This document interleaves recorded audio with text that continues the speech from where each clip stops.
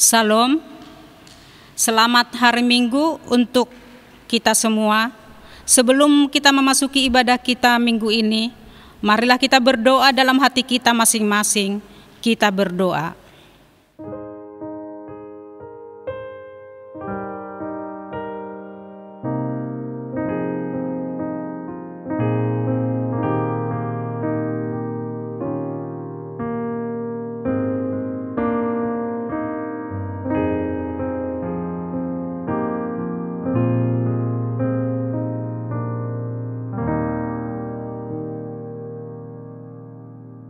Amin.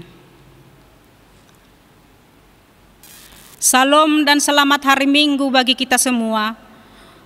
Sungguh sebuah kebahagiaan bisa kita bersekutu dengan Tuhan di dalam doa dan firman. Persekutuan dengan Tuhan akan membuat hidup kita jauh dari kuasa-kuasa kegelapan.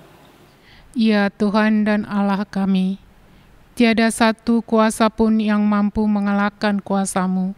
Dan tidak satu nama pun yang lebih agung melebihi nama Tuhan. Maka hanya kepadamu-lah kami percaya dan mempercayakan hidup kami.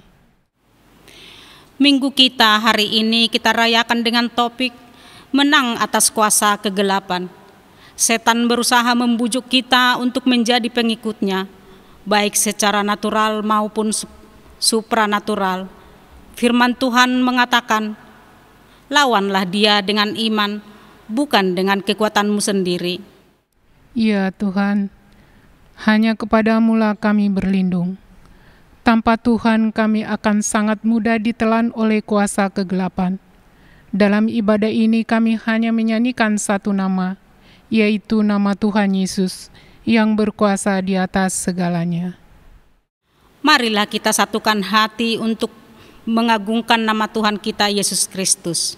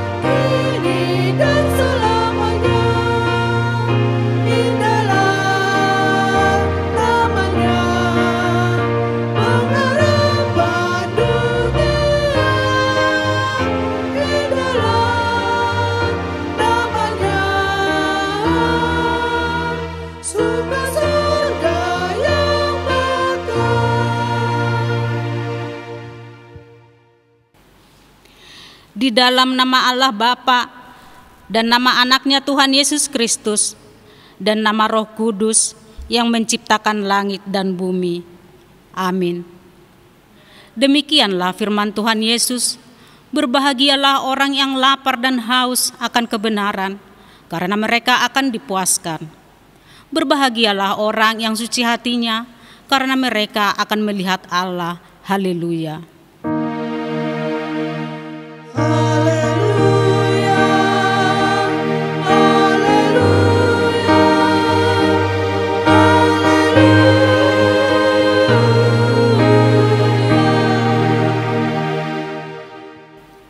Marilah kita berdoa.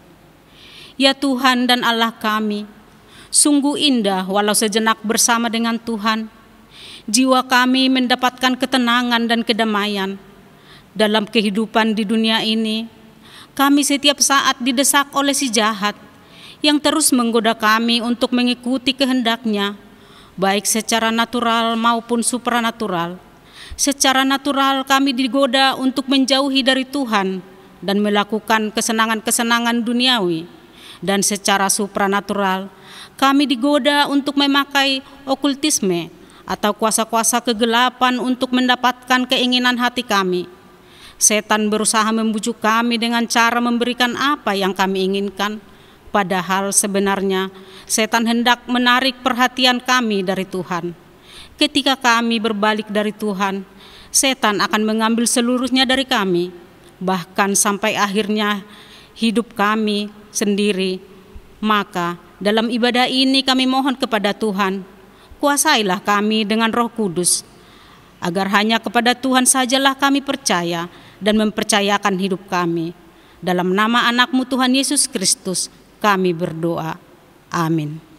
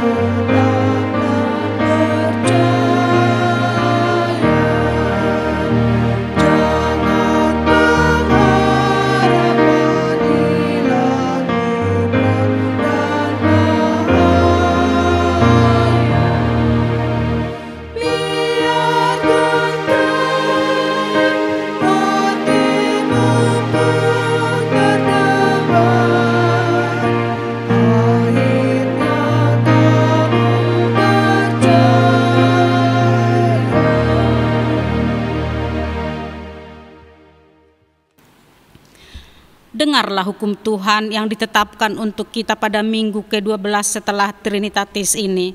Tertulis dalam 1 Petrus 5 ayat yang ke-8 sampai dengan ayat yang ke-9. Demikian hukum Tuhan. Sadarlah dan berjaga-jagalah. Lawanmu si iblis berjalan keliling sama seperti singa yang mengaum-aum dan mencari orang yang mendapat ditelannya.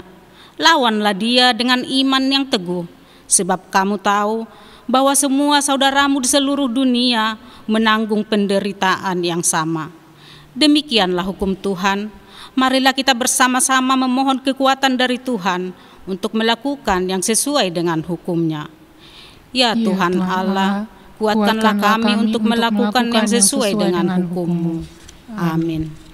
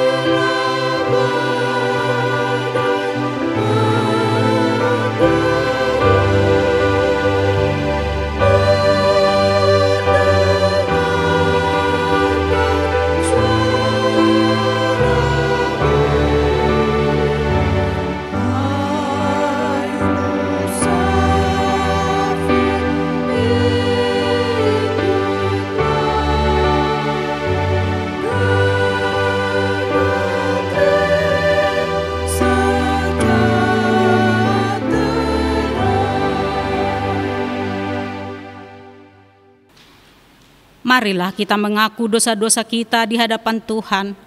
Marilah kita berdoa. Ya Tuhan dan Allah kami datang ke hadapan-Mu membawa dan menyesali dosa-dosa kami di hadapan Tuhan. Ketika firman-Mu berkata agar kami percaya dan mempercayakan hidup kami sepenuhnya pada Tuhan. Namun dalam kenyataannya, kami tidak sepenuhnya mempercayakan hidup kami kepadamu. Kami sering ragu dan bahkan takut menjalani hidup ini dunia bersama Tuhan. Sebab jalan-Mu tidak sepenuhnya menawarkan keindahan.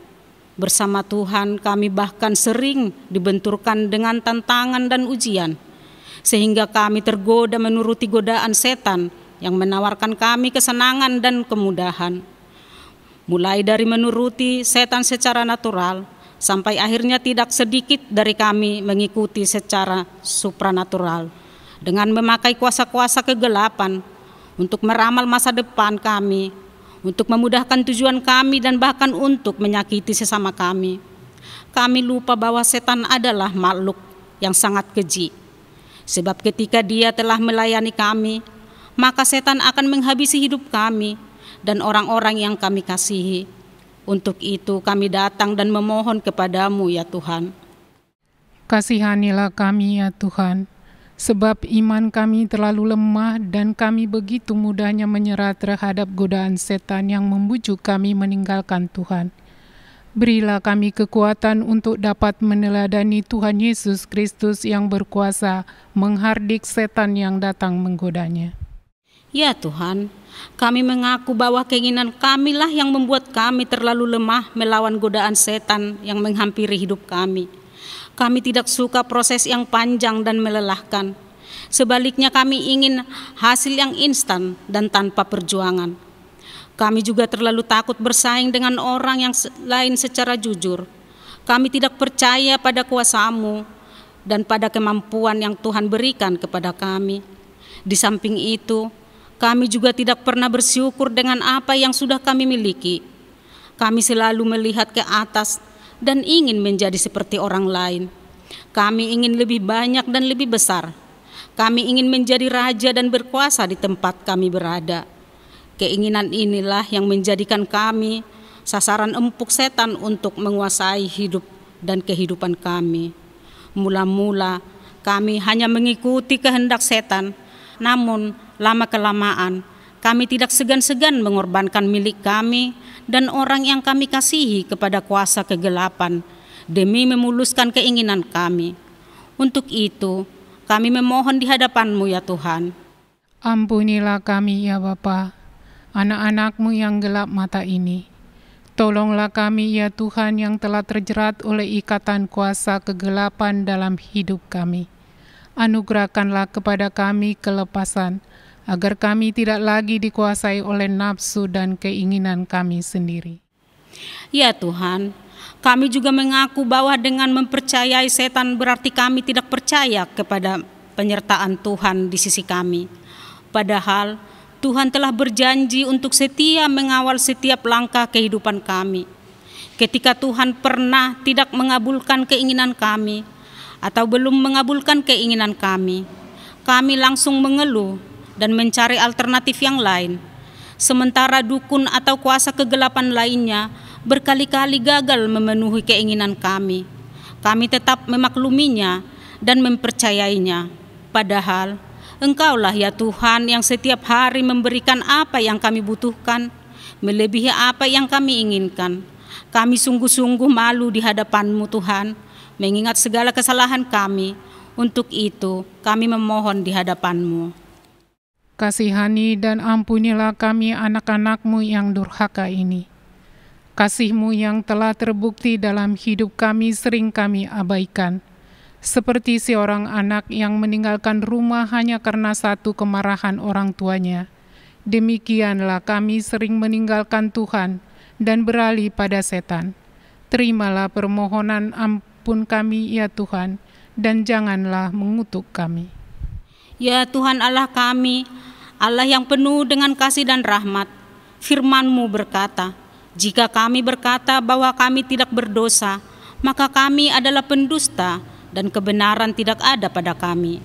Namun jika kami mengaku dosa-dosa kami, maka Engkau adalah setia dan adil.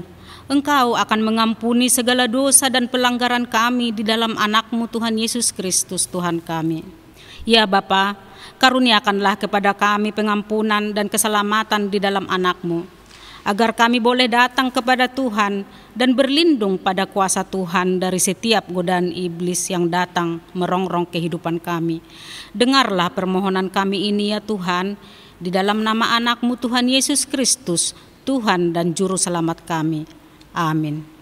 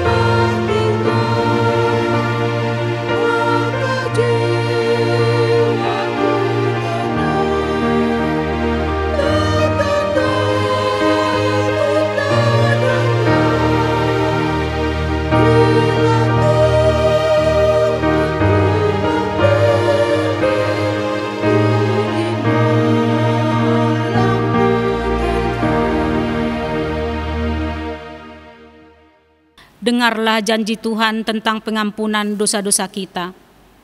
Demi Aku yang hidup, demikianlah firman Tuhan Allah. Aku tidak berkenan kepada kematian orang fasik, melainkan Aku berkenan kepada pertobatan orang fasik itu dari kelakuannya supaya ia hidup. Kemuliaan bagi Allah di tempat yang maha tinggi. Amin.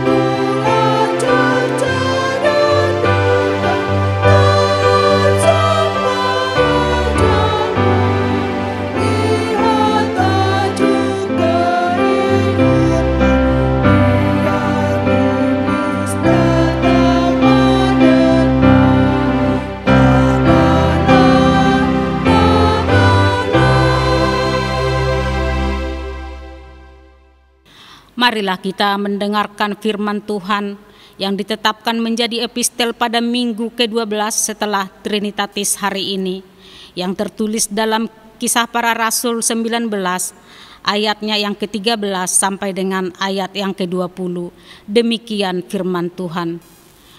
Juga beberapa tukang jampi Yahudi yang berjalan keliling di negeri itu mencoba menyebut nama Tuhan Yesus atas mereka yang kerasukan roh jahat dengan berseru, katanya, "Aku menyumpahi kamu demi nama Yesus yang diberitakan oleh Paulus." Mereka yang melakukan hal itu ialah 7 orang anak dari seorang imam kepala Yahudi yang bernama Skewa. Tetapi roh jahat itu menjawab, "Yesus aku kenal, dan Paulus aku ketahui, tetapi kamu, siapakah kamu?" Dan orang yang dirasuk roh jahat itu menerpa mereka dan menggagahi mereka semua dan mengalahkannya, sehingga mereka lari dari rumah orang itu dengan telanjang dan luka-luka. Hal itu diketahui oleh seluruh penduduk Efesus, baik orang Yahudi maupun orang Yunani. Maka ketakutanlah mereka semua, dan makin masyhurlah nama Tuhan Yesus. Banyak di antara mereka yang telah menjadi percaya, datang dan mengaku di muka umum bahwa mereka pernah turut melakukan perbuatan-perbuatan seperti itu. Banyak juga di antara mereka yang pernah melakukan sihir, mengumpulkan kitab-kitabnya lalu membakarnya di depan mata semua orang.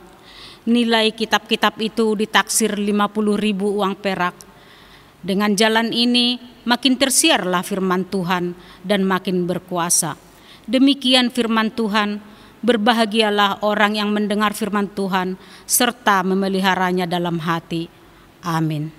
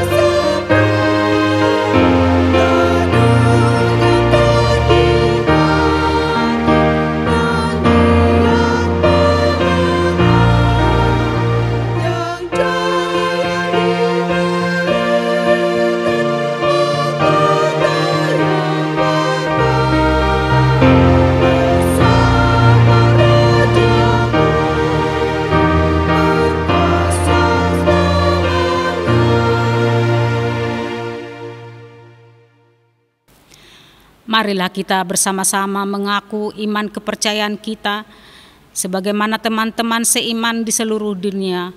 Marilah kita bersama-sama mengucapkannya. Aku percaya kepada Allah, Bapa yang Maha Kuasa, Khalik langit dan bumi. Aku percaya kepada Yesus Kristus, Anaknya yang tunggal Tuhan kita, yang dikandung daripada Roh Kudus, lahir dari anak darah Maria, yang menderita sengsara di bawah pemerintahan Pontius Pilatus, disalibkan, mati dan dikuburkan, yang turun ke dalam kerajaan maut.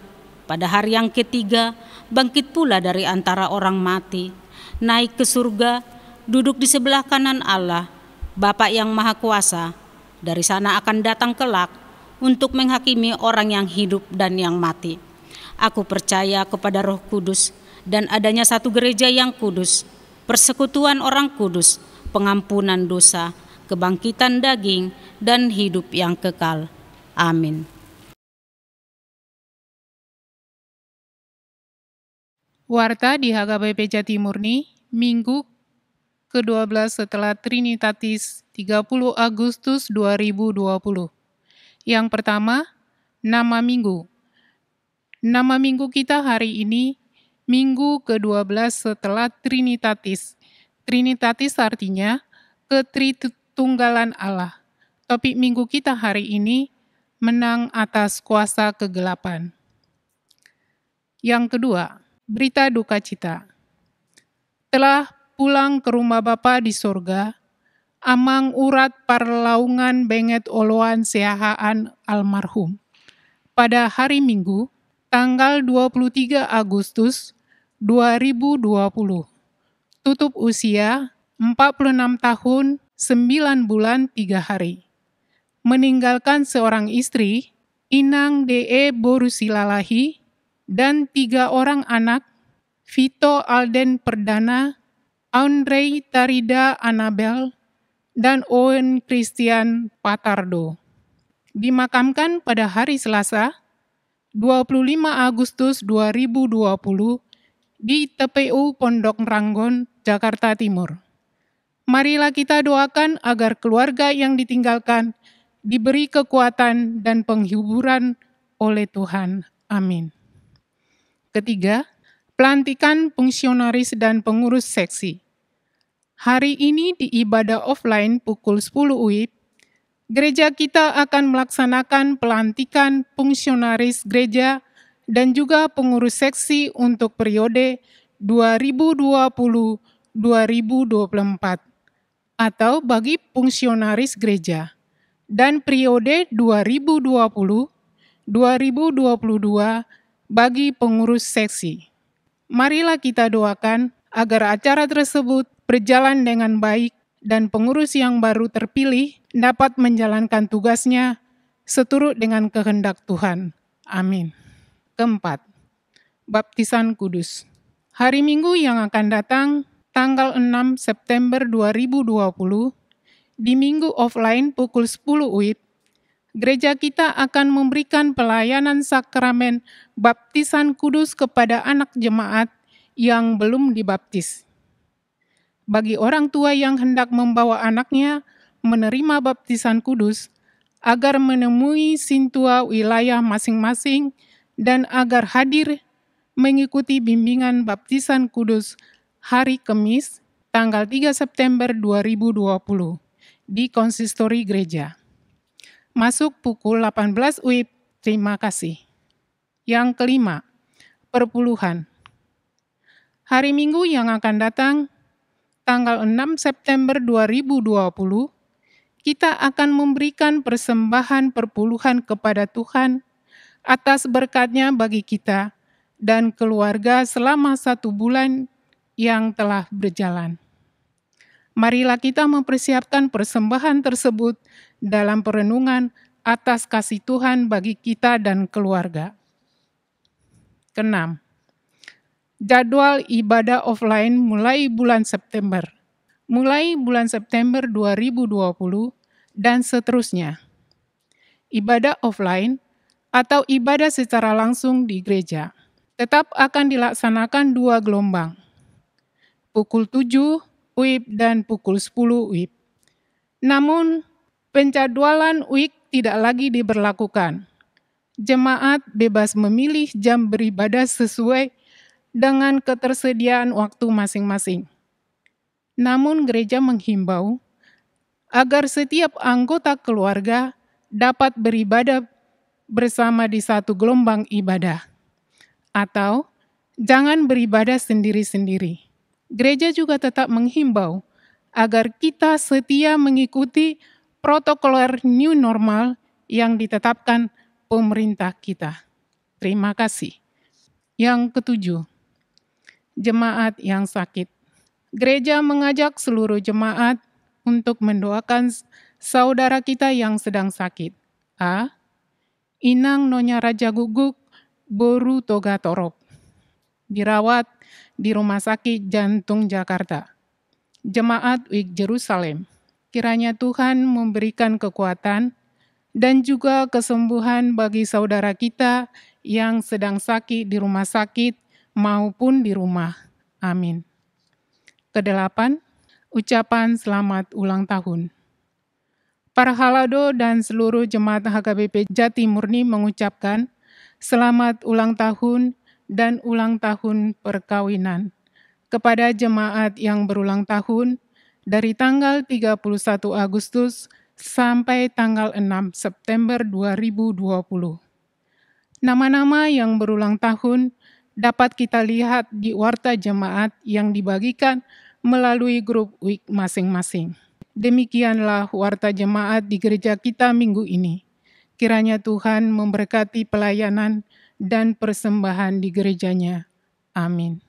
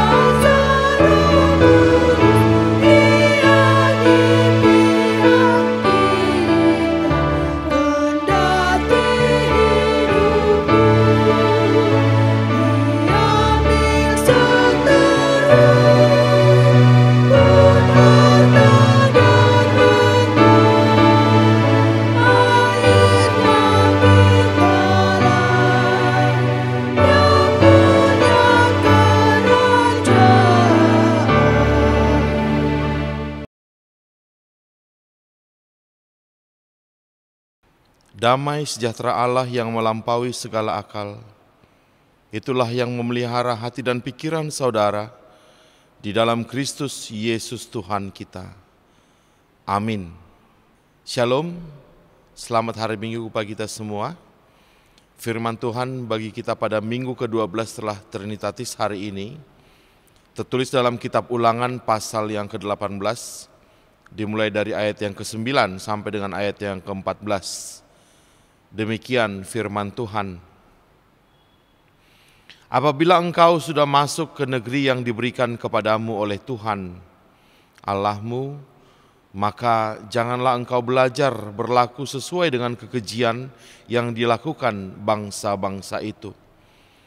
Di antaramu janganlah didapati seorang pun yang mempersembahkan anaknya laki-laki atau anaknya perempuan sebagai korban dalam api, ataupun seorang yang menjadi petenung, seorang peramal, seorang penelaah, seorang penyihir, seorang pemantra, ataupun seorang yang bertanya kepada arwah atau kepada roh peramal, atau yang meminta petunjuk kepada orang-orang mati.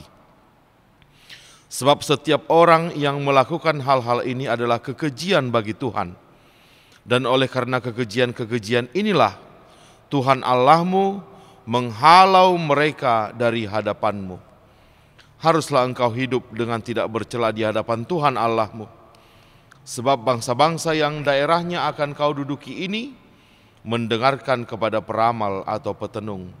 Tapi engkau ini tidak diizinkan Tuhan Allahmu melakukan yang demikian. Demikianlah firman Tuhan. Dan topik minggu kita hari ini adalah mengalahkan kuasa kegelapan atau okultisme. Jemaat yang dikasihi Tuhan, ada sebuah cerita tentang sebuah gereja yang meletakkan dua patung di depan gerejanya, yaitu patung Tuhan dan patung iblis. Kedua patung ini diletakkan berdampingan. Maka setiap jemaat yang akan beribadah dan akan masuk ke dalam gereja itu diminta untuk mencium salah satu patung itu. Dan di tempat tersembunyi selalu ada seorang majelis yang mengintip atau memata-matai setiap jemaat yang hendak masuk ke gereja, patung mana yang mereka cium. Dan memang benar sebagian besar dan bahkan hampir semua jemaat mencium patung Tuhan dan mengabaikan patung iblis. Tapi ada seorang ibu yang dia mencium patung Tuhan, tapi kemudian dia mencium lagi patung iblis. Kedua patung itu diciumnya. Maka melihat hal ini, si majelis langsung mengadukan ke dewan majelis di gereja itu, dan mereka sepakat setelah ibadah mereka akan memanggil ibu ini. Dan begitulah si ibu kemudian dipanggil dan ditanyai, "Kenapa engkau mencium kedua patung itu?"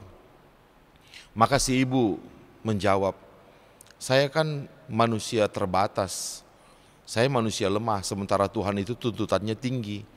Jadi saya hanya ingin memastikan kalau nanti Tuhan tidak menerima saya, minimal iblis akan mau menerima saya." Nah, jemaat yang dikasihi Tuhan, itu tadi hanya sekedar ilustrasi saja. Tapi apa pesannya? Pesannya, ada banyak orang sebenarnya seperti si ibu tadi. Dia mengikut Tuhan, tapi di sisi lain dia sendiri gak percaya sepenuhnya kepada Tuhan. Maka terkadang dalam hidupnya dia memilih untuk melayani iblis. Dia mengikuti kemauan iblis.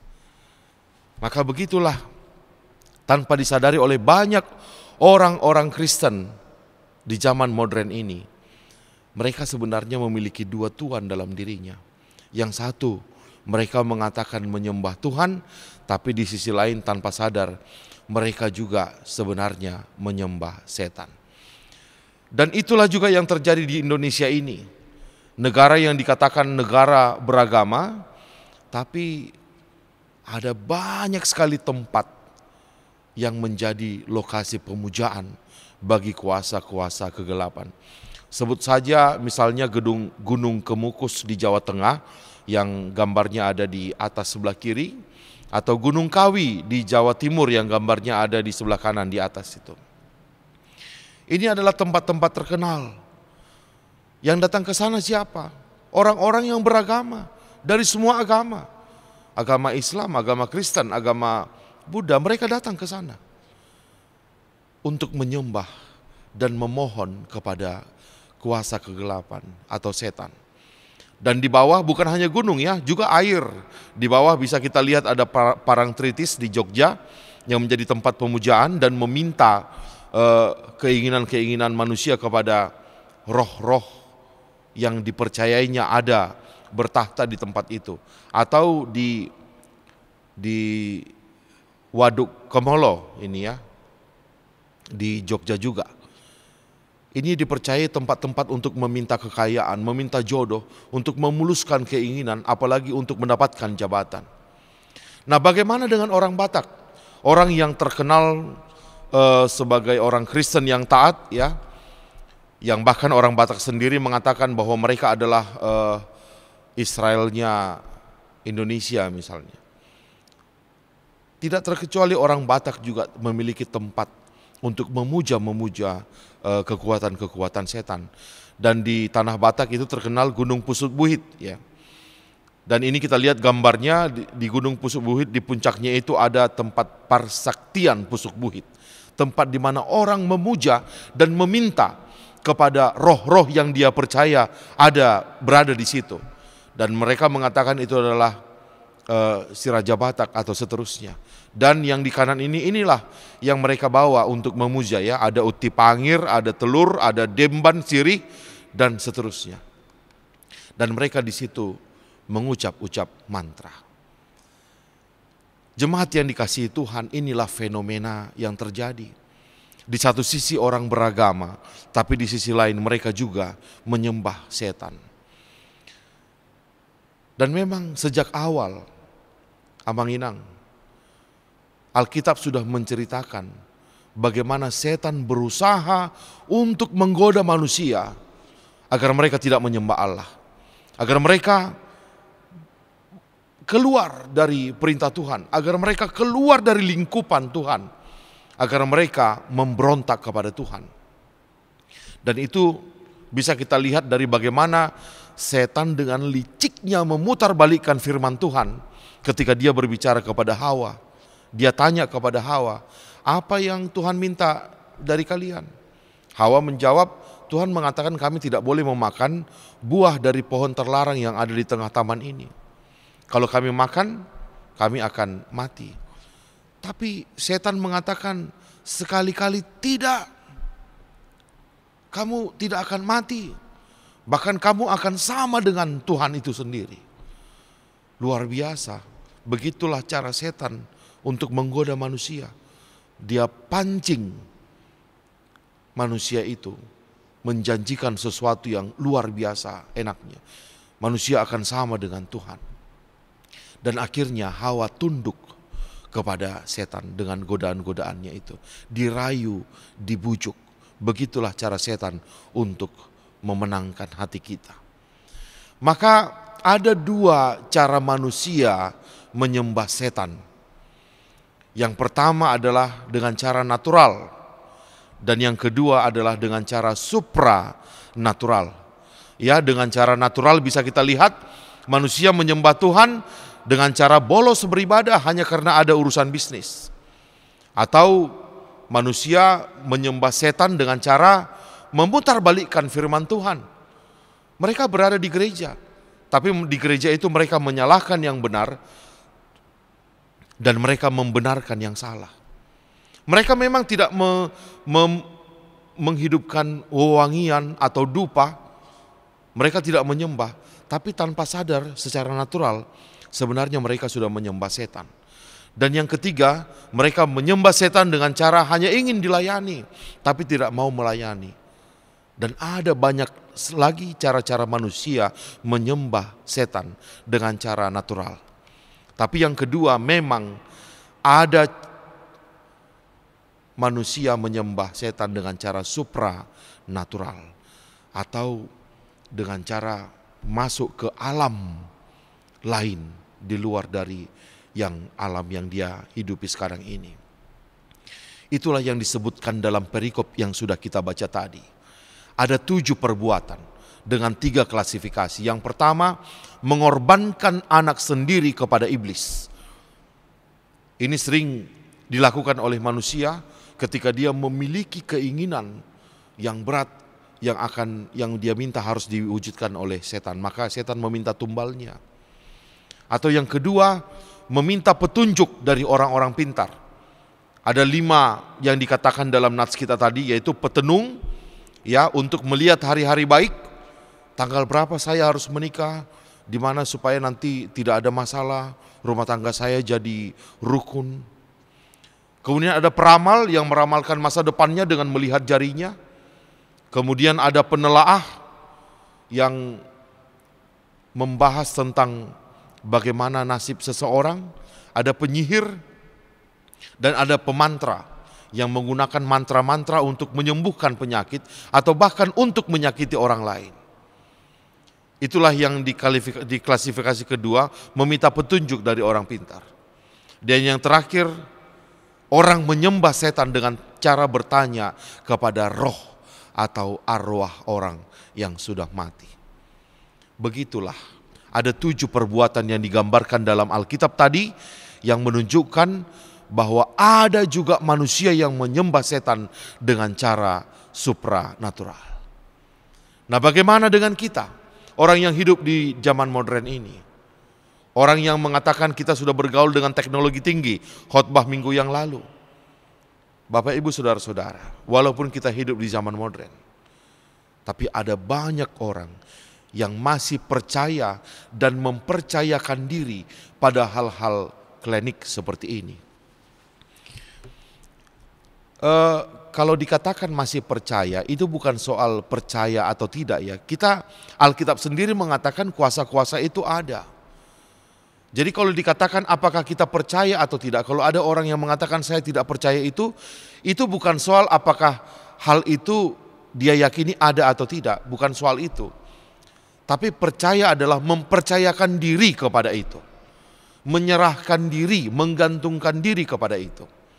Maka kalau saya mengatakan masih banyak orang di zaman modern ini yang percaya kepada hal-hal seperti itu, artinya adalah mempercayakan dirinya kepada itu. Menggantungkan hidupnya kepada itu. Sementara Tuhan sendiri sejak zaman Israel memasuki tanah Kanaan, berarti sudah puluhan ribu tahun yang lalu, sudah memperingatkan kita semua bahwa sekali-kali engkau tidak diizinkan Tuhan Allahmu untuk melakukan hal yang demikian, untuk mempercayakan hidupmu kepada kuasa-kuasa kegelapan itu. Dia memang ada. Kuasa itu memang ada. Bahkan kuasa kegelapan itu percaya kepada Tuhan. Bahkan dia berbicara kepada Tuhan. Di kitab Ayub, di kitab Matius pasal 4, dia bahkan mencobai Tuhan. Tapi dia tidak gentar dan tidak takut kepada Tuhan. Itu sebabnya kita tidak boleh bergantung kepada mereka. Karena mereka adalah makhluk yang sudah memberontak kepada Tuhan. Sekali-kali siapapun yang mengatakan mereka adalah pengikut Tuhan tidak boleh menyentuh hal-hal yang seperti itu. Di ayat 14 dikatakan, jangan menduakan Tuhan. Jangan pernah bersentuhan dengan itu. Keluaran 20 mengatakan, jangan buat bagimu patung yang menyerupai apapun untuk kau sembah dan kau turuti. Dan di titah pertama Tuhan langsung mengatakan, akulah Tuhan Allahmu, jangan ada Allah lain di hadapanku bagimu. Karena kalau tidak, di situ hanya itu satu-satunya titah yang memiliki konsekuensi. Aku akan menghukum seseorang yang membuat baginya Allah lain di hadapannya. Sampai generasi ketiga dan sampai generasi keempat. Alasannya karena Tuhan adalah Allah yang pencemburu. Tuhan tidak mau diduakan. Sekali kita percaya kepada Tuhan, maka Dia adalah satu-satunya Tuhan. Dan tindakan iman terbesar dalam hidup manusia adalah membiarkan Dia sebagai Tuhan dan kita sebagai manusia. Itu sudah mutlak final. Dia yang Tuhan, kehendaknya yang kita turuti, rancangannya yang kita jalankan. Di luar itu tidak ada yang boleh kita patuhi dan kita turuti. Maka jangan menyembah setan. Yang pertama, karena kita tidak boleh menduakan Tuhan. Yang kedua, kenapa kita tidak boleh menyembah setan, baik secara natural maupun secara supranatural? Yang kedua alasannya adalah karena setan tidak pernah memberikan makan siang yang gratis. Memang dia berusaha membujuk, merayu, memberikan kepada kita, menawarkan apa yang kita inginkan. Tapi sebenarnya setan memiliki rancangan untuk menguasai kita dan menghabisi kita. Begitulah cara kerja setan. Amsal 5 ayat 3-5 mengatakan, karena bibir perempuan jalang menitikkan tetesan madu dan langit-langit mulutnya lebih licin daripada minyak. Tetapi kemudian ia pahit seperti empedu dan tajam seperti pedang bermata dua. Kakinya turun menuju maut, langkahnya menuju dunia orang mati. Raja Salomo hendak mengatakan dari ayat tadi, cara kerja setan manis awalnya, tapi kemudian sangat pahit akhirnya. Tidak ada orang yang mengikut setan berbahagia dalam hidupnya sampai akhir. Dia sengsara. Dan yang paling parah adalah bukan hanya dia yang sengsara, keturunannya juga ikut sengsara. Itu sebabnya jangan pernah bersentuhan dengan kuasa kegelapan. Jangan pernah izinkan dirimu berhubungan dengan setan. Sekali engkau membuka dirimu berhubungan dengan setan, maka kuasa kegelapan akan langsung memenuhi hidupmu dan membelenggumu hingga engkau menuruti semua keinginannya. Jemaat yang dikasihi Tuhan, siapa yang menjadi sasaran empuk setan untuk digoda supaya mau menyembah dia? Ada 3. Yang pertama adalah orang yang sedang mengalami krisis hebat. Nah ini, orang yang bangkrut atau orang yang sedang sakit. Dan apalagi ini berkaitan dengan orang-orang yang kita kasihi. Di sini kita digoda dengan luar biasa. Anak kita sakit, istri kita sakit. Maka setan mengatakan, aku bisa memberikan kesembuhan kepadamu. Atau orang yang sedang sakit hati, pacarnya direbut orang lain. Maka di sini jugalah setan bisa memainkan perasaannya agar dia mau menyembah dan menuruti setan. Disinilah kita harus waspada ketika kita sedang mengalami krisis yang sangat hebat. Ini waktu yang paling tepat bagi setan untuk menyerang manusia. Yang kedua, manusia menjadi sasaran empuk setan supaya mau menyembah dia adalah orang yang di dalam dirinya memiliki keinginan yang meluap-luap. Dia memiliki keinginan terselubung. Dia ingin menjadi bos, dia ingin menjadi penguasa, dan itu sudah dia impi-impikan. Sementara dia tidak punya keberanian untuk bertempur dengan jantan, untuk bertempur dengan adil, untuk memperebutkan jabatan itu. Maka disinilah orang yang di dalam dirinya dia biarkan keinginan besar memenuhi dirinya, orang-orang seperti inilah yang akan bisa dimakan oleh setan. Dan yang ketiga, siapa yang menjadi sasaran empuk setan? Mereka adalah orang-orang yang sedang mengalami kesedihan karena ditinggal oleh orang-orang yang dikasihi. Maka setan akan mengajak mereka untuk mengutuki Tuhan Allah, mempertanyakan Tuhan, dengan keputusannya mengambil orang-orang yang mereka kasihi. Maka hati-hati Bapak Ibu Saudara-saudara, kita yang sedang mengalami krisis hebat, kita yang memiliki keinginan yang meluap-luap, atau kita yang sedang dirundung kesedihan, hati-hati. Setan seperti singa yang mengaum-ngaum siap menerkam kita dan hendak menghabisi kita. Nah, ketika setan menghampiri manusia, bagaimana cara setan memenangkan hati manusia? Jawabnya bisa kita lihat di Matius 4, yaitu ketika Tuhan Yesus dicobai oleh setan di padang gurun. Ada 3 pencobaan. Yang pertama, itu ketika Tuhan Yesus sudah mengalami kelaparan yang luar biasa. Udah 40 hari 40 malam dia tidak makan, tidak minum. Maka disinilah setan datang menggodanya. Dan apa yang dikatakan setan? Jika engkau benar anak Allah, tunjukkanlah bahwa engkau bisa mengubah batu ini menjadi roti. Setan itu menyinggung kealahan Tuhan. Kau dengan gampang bisa mengubah batu ini menjadi roti. Itulah cara setan menggoda Tuhan Yesus, dan itulah cara setan menggoda kita. Dengan menawarkan jalan pintas, gampang, enak, cepat. Kamu bisa berbalik dari situasimu sekarang menjadi situasi yang luar biasa menyenangkan. Maka hati-hati Bapak Ibu Saudara-saudara dengan godaan ini.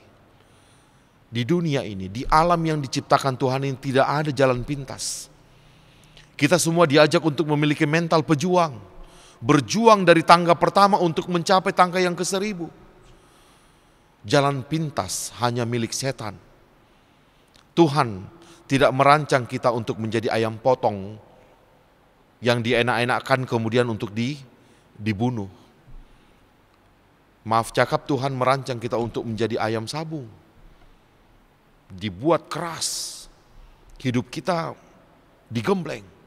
Bahkan kita ini seperti tanah liat di tangan pembuat tembikar. Dipukul-pukul, diremas-remas, dibakar untuk menunjukkan bahwa kita nanti bisa menjadi orang yang berguna. Maka tidak ada jalan pintas dalam dunia Tuhan. Yang ada justru adalah via dolorosa, jalan yang berliku. Tapi yang di ujungnya kita akan merasakan manis yang luar biasa.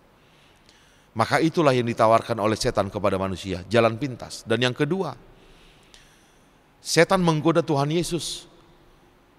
Lompatlah dari menara itu ke bawah, karena Tuhan nanti akan menangkapmu. Begini juga cara setan untuk menggoda kita. Setan mengkondisikan Tuhan nanti yang akan memenuhi keinginan kita, bukan kita yang mengikuti keinginan Tuhan.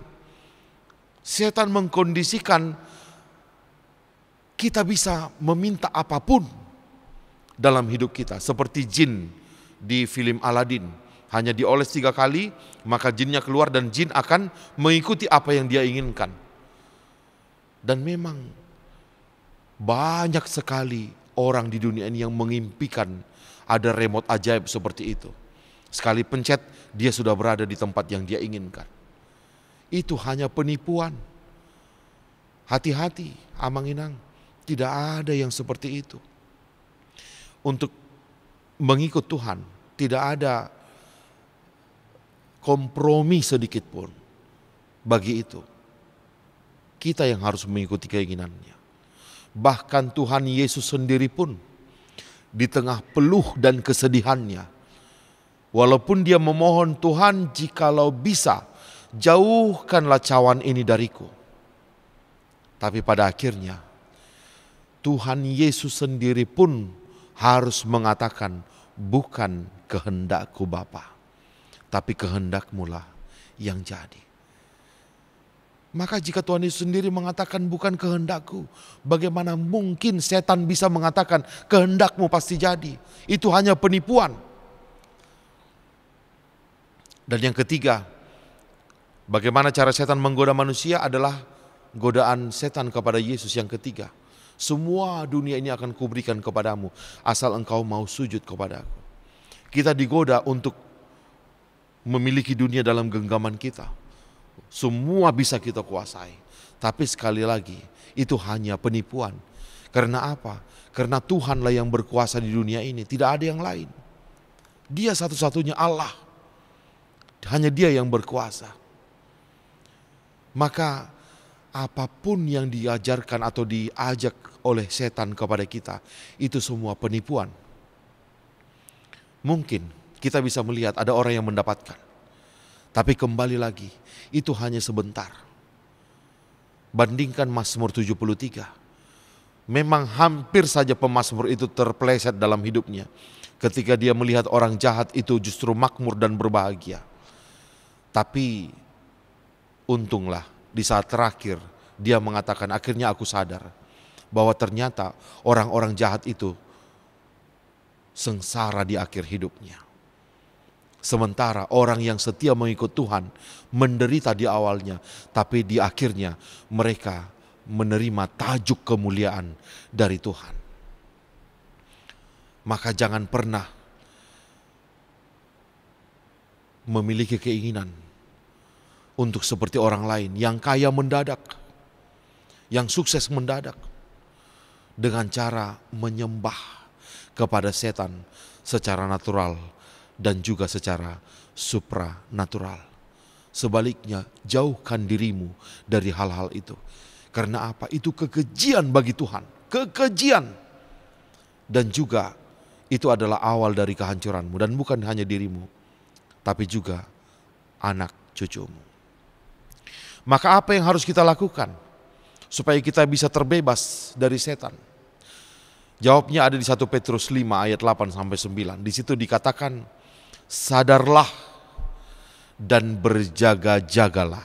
Nah ini, buku Ende HKBP memiliki sebuah lagu yang mengatakan, ngot maho otodiki dungo martangi yang asa unang musuhi tole sotinagam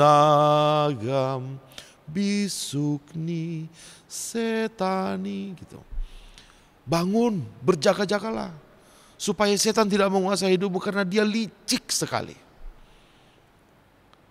Maka hanya orang yang selalu berjaga-jaga yang akan bisa melawan itu. Nah, sekali lagi saya baca, sadarlah dan berjaga-jagalah, lawanlah si iblis. Dia berjalan keliling sama seperti singa yang mengaum-ngaum dan mencari orang yang dapat ditelannya. Kemudian di ayat 9 dikatakan, lawanlah ia dengan iman yang teguh. Nah ini, lawan dia dengan iman. Jangan lawan dia dengan kekuatanmu. Jangan lawan dia dengan pikiranmu. Karena kau pasti kalah.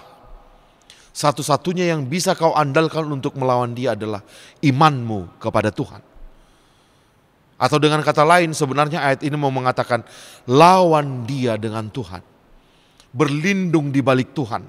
Jangan kau andalkan dirimu melawan iblis, kau pasti akan dihancurkannya. Tapi berlindunglah di balik Tuhan. Berdoalah, andalkan Tuhan.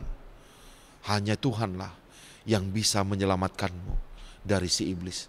Dan memang Tuhan Yesus di Yohanes 10 ayat 11 dan 18 sudah mengatakan, Akulah gembala yang baik. Gembala yang baik memberikan nyawanya bagi domba-dombanya. Tidak seorang pun mengambilnya daripadaku, melainkan aku memberikannya menurut kehendakku sendiri. Tuhan Yesus telah menjamin tidak seorang pun yang bisa mengambil kita dari tangan Tuhan. Setan pun tidak bisa, asalkan kita setia mengikut Dia. Maka lawanlah kuasa kegelapan. Ikutilah kehendak Tuhan. Jadilah pejuang iman. Jalanilah jalan salibmu. Dan biarkan Tuhan yang mewujudkan rancangannya kepadamu. Semoga kita menjadi umat-umat pemenang. Amin. Mari kita berdoa. Terima kasih Bapa Sorgawi.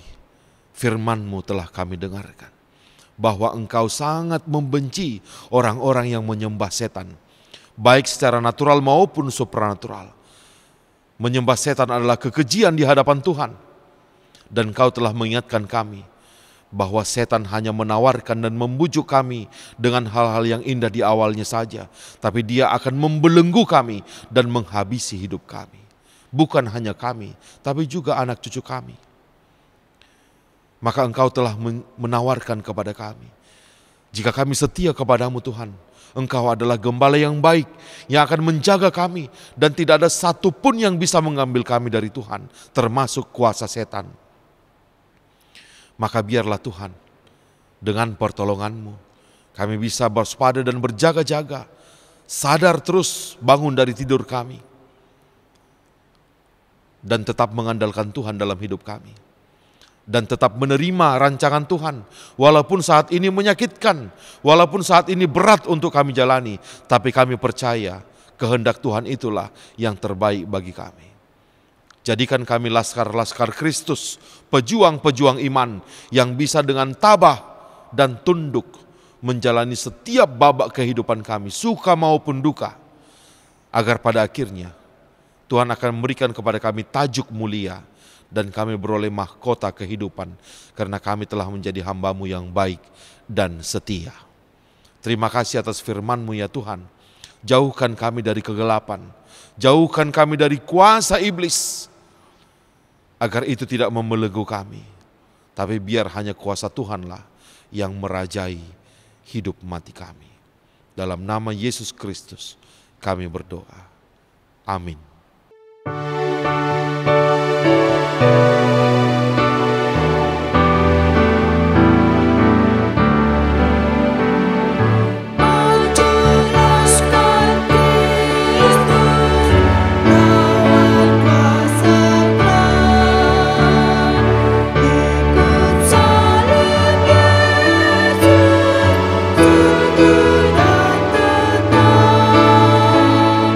Raja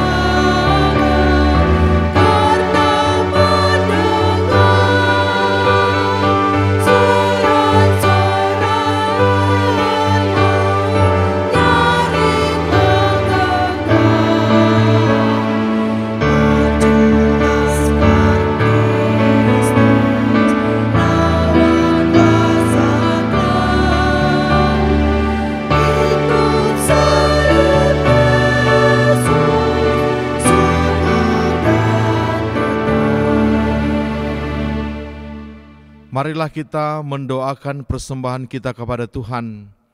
Kita berdoa. Ya Allah Bapa kami yang di sorga, kami mengaku bahwa Tuhan adalah sumber dari segala karunia yang melimpah dalam kehidupan kami masing-masing.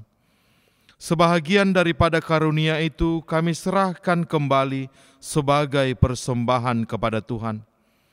Terimalah dan berkatilah persembahan umat-Mu ini, agar dapat kami pergunakan untuk pekerjaan dan pelayanan kerajaan Tuhan di dunia ini. Bukalah hati kami untuk mengenal betapa banyak berkat dan karunia yang kami peroleh dari Tuhan, supaya kami senantiasa bersyukur kepadamu di dalam nama Yesus Kristus Tuhan kami. Amin.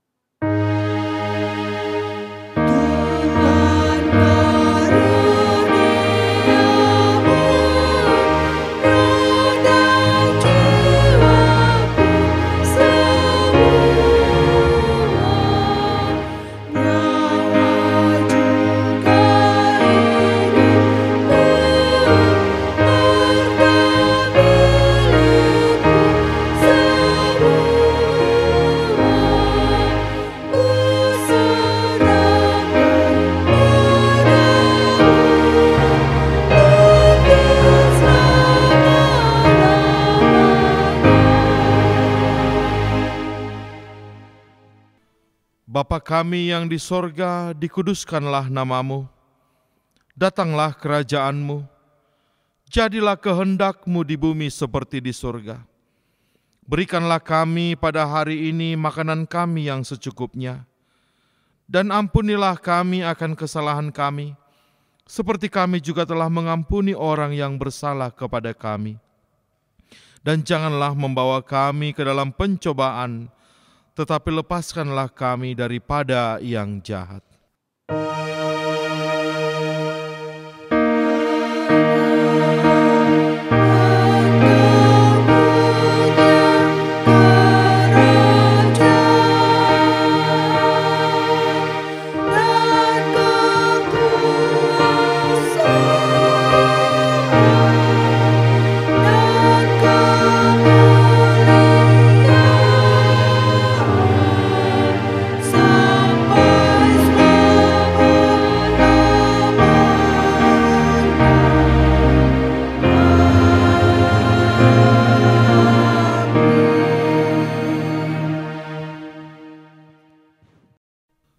Tuhan memberkati engkau dan melindungi engkau. Tuhan menyinari engkau dengan wajah-Nya dan memberi engkau kasih karunia. Tuhan menghadapkan wajah-Nya kepadamu dan memberi engkau damai sejahtera.